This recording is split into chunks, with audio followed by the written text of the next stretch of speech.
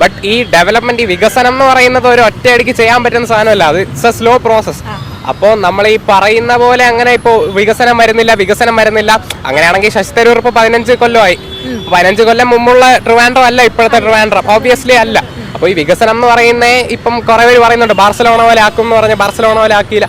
അതൊരു 5 വർഷത്തിൽ ട്രിവാൻഡ്രം പിടിച്ച് ബാർസലോണ ആക്കാൻ പറ്റത്തില്ല. ലൈക്ക് അത് വലിയൊരു ഗ്യാപ്പ് ഉണ്ട്. So it takes time. വികസനം എന്ന് പറയുന്നത് ടൈം എടുക്കും. അന്ന് കെ കരുണാകരൻ അന്ന് ഡിക്കുണ്ടാക്കി അതുമായി ബന്ധപ്പെട്ട് നിന്നിട്ട് അന്ന് ശിവകുമാർ സാറുമായിട്ടുള്ള ഒരു ചെറിയൊരു ഇഷ്യൂവിൻ്റെ ഭാഗമായിട്ട് ഇദ്ദേഹത്തിന് ജയിപ്പിച്ചെടുക്കാൻ ഇദ്ദേഹം ജയിച്ചു വരികയും അന്നേ ദിവസം ആദ്യമായിട്ട് ലഡ്ഡു കൊണ്ടുവന്ന് വാക്യകത്ത് കെ കരുണാകരൻ്റെ വായിൽ വെച്ച് കൊടുത്ത് സന്തോഷം പങ്കിടുകയും ചെയ്തു. ഇന്ന് ലഡ്ഡു കൊണ്ടുപോകാൻ കെ കരുണാകരനില്ല, ജയിപ്പിച്ചെടുക്കാനുള്ള യാതൊരു അവസരങ്ങളുമില്ല. പിന്നെ എന്തോ ഇരിക്കുന്നില്ല.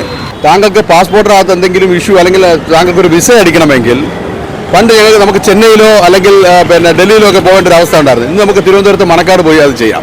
ആൾക്കാർ കാണാത്തോണ്ടായിരിക്കും, അല്ലാതെ പൂർണ്ണമായിട്ട് അവരെ ഇത് അവിടെ ഇല്ലെങ്കിലും അവരെ ഈ ആഫീസ് 24 മണിക്കൂറും വർക്കിലാണ്. കാരണം അവരുണ്ടായില്ലെങ്കിൽ ഇപ്പം നമ്മളൊരു അത്യാവശ്യ സ്ഥലത്ത് പോകുന്നു, അപ്പം നമ്മളൊരു അത്യാവശ്യ സ്ഥലത്ത് പോകുന്നത് നമ്മളെ വീട്ടിൽ വന്ന് നമ്മളെ വൈഫ് കാണും, ഇല്ലെന്നുണ്ടെങ്കിൽ നമ്മളെ മക്കൾ കാണും എന്ന് പറഞ്ഞ പോലെ ഒരു ആഫീസ് ഇപ്പോഴും ഇവിടെ തുറന്നു വെച്ചിട്ടുണ്ട്. ഏത് സമയത്ത് എന്ന് ചോദിച്ചാൽ ഒരാളുണ്ട്. 3 തവണ തുടർച്ചയായി മുതിർന്ന കോൺഗ്രസ് നേതാവ് ശശി തരൂർ കൈവശം വച്ചിരിക്കുന്ന മണ്ഡലം തിരുവനന്തപുരം. കഴിഞ്ഞ 15 വർഷം തിരുവനന്തപുരത്ത് പ്രകടമായ വികസനത്തെക്കുറിച്ചും പുരോഗതിയെക്കുറിച്ചുമൊക്കെ ചർച്ചകൾ ചെയ്യുമ്പോൾ തരൂർ എന്ന എംപിക്ക് തിരുവനന്തപുരത്തുകാർ എത്ര മാർക്കാണ് നൽകിയിരിക്കുന്നത്? 4ാം വിജയം ഉറപ്പിച്ച് അല്ലെങ്കിൽ 4ാം വട്ടവും തിരുവനന്തപുരത്ത് വിജയിച്ചു വരാനുള്ള സാധ്യത എത്രത്തോളമാണ് തരൂരിനുള്ളത്? എന്താണ് തിരുവനന്തപുരത്തെ ജനങ്ങൾക്ക് നമ്മളോട് പറയാനുള്ളത് എന്ന് നോക്കാം.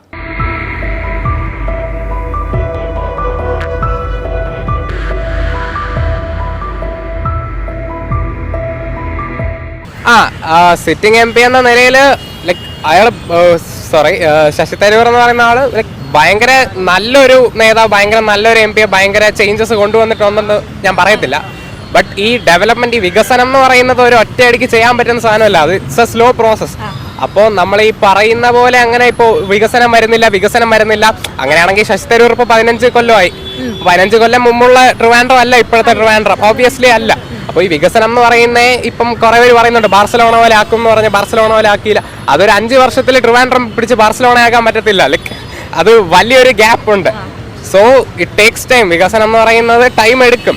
സോ ശശി തരൂർ അങ്ങനെ ഒരു മോശം എം പി ആണെന്ന് ഒരിക്കലും ഞാൻ പറയത്തില്ല. തിരുവനന്തപുരത്ത് ശശി തരൂർ ചെയ്ത വികസന പ്രവർത്തനങ്ങൾ 1 മണിക്കൂർ കൊണ്ടോ 2 മണിക്കൂർ കൊണ്ടോ 1 ദിവസം കൊണ്ടോ പറഞ്ഞാൽ തീരാത്ത വികസന പ്രവർത്തനങ്ങളാണ് തരൂർ തിരുവനന്തപുരത്ത് ചെയ്തിട്ടുള്ളത്. ഏറ്റവും പറഞ്ഞാൽ താങ്കൾക്ക് പാസ്പോർട്ട് ഉണ്ടോ?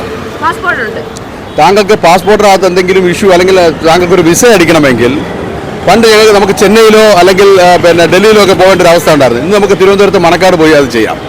അതുപോലെ എവിടെയാണ് പഠിച്ചത്? കാരണം CBSE ആണോ?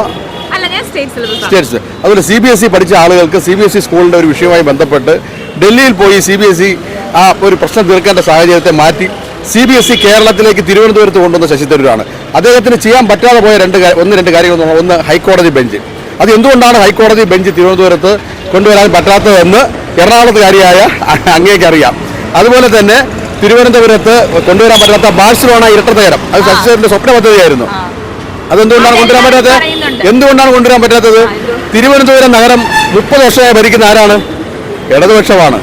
ആ ഇടതുപക്ഷത്തിന്റെ മേയറും ഇടതുപക്ഷത്തിന്റെ ഭരണസമിതിയാണ് ഇവിടെ തീരുമാനിക്കുന്നത് ബാഴ്സലോണ വരണമോ വേണ്ടതെന്ന്. ശശി തരൂർ പ്രപ്പോസൽ കൊടുത്തു കഴിഞ്ഞു, അവർ അംഗീകരിക്കണ്ടേ? തിരുവനന്തപുരത്ത് വിഴിഞ്ഞം തുറമുഖ പദ്ധതി വന്നില്ലേ? കഴക്കൂട്ടം മുതൽ കാരോട് വരെയുള്ള ബൈപ്പാസ് ഇന്നും ഇന്നലെയും നമ്മുടെ പ്രധാനമന്ത്രി മോദി അധികാരത്തിൽ വന്നതിന് ശേഷം തുടങ്ങിയതല്ല. 20-25 വർഷങ്ങൾക്ക് മുമ്പ് അധികാരത്തിൽ കൊണ്ടു UPA സർക്കാർ കൊണ്ടുവന്നതാണ്. കാരണം ഈ ബൈപ്പാസ് കാശ്മീർ മുതൽ കന്യാകുമാരി വരെയുള്ള ബൈപ്പാസ് അതിന് ചുക്കാൻ പിടിച്ചത് ശശി തരൂരാണ്. ഒരുപാട് വിദേശകാര്യ നയങ്ങൾ കൊണ്ടുവന്ന ശശി തരൂരാണ്.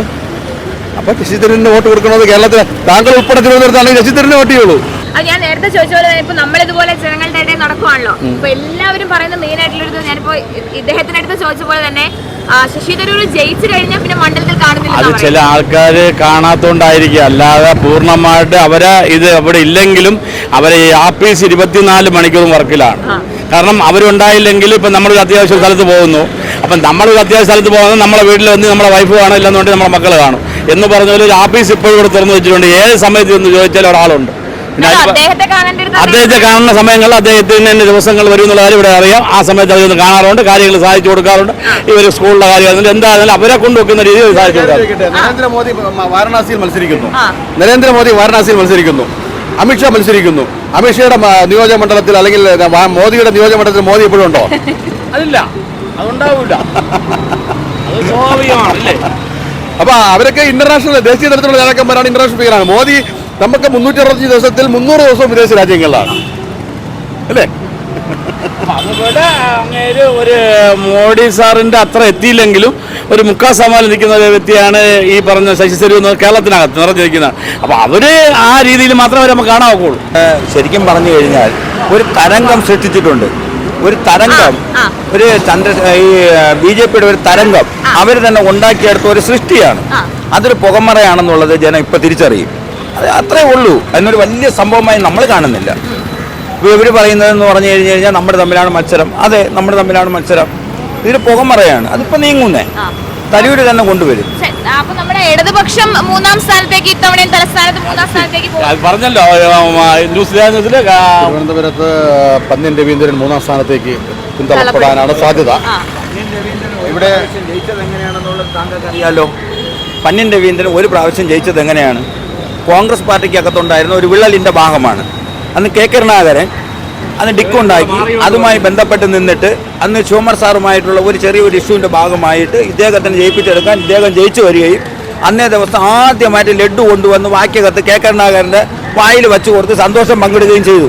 ഇന്ന് ലഡ്ഡു കൊണ്ടുപോകാൻ കെ കരുണാകരനില്ല, ജയിപ്പിച്ചെടുക്കാനുള്ള യാതൊരു അവസരങ്ങളുമില്ല. പിന്നെ എന്തോ ഇരിക്കുന്നതിൽ ഒന്നുമില്ല. ആ പാവ മനുഷ്യനെ ഇങ്ങ് എറിഞ്ഞു കൊടുത്തു.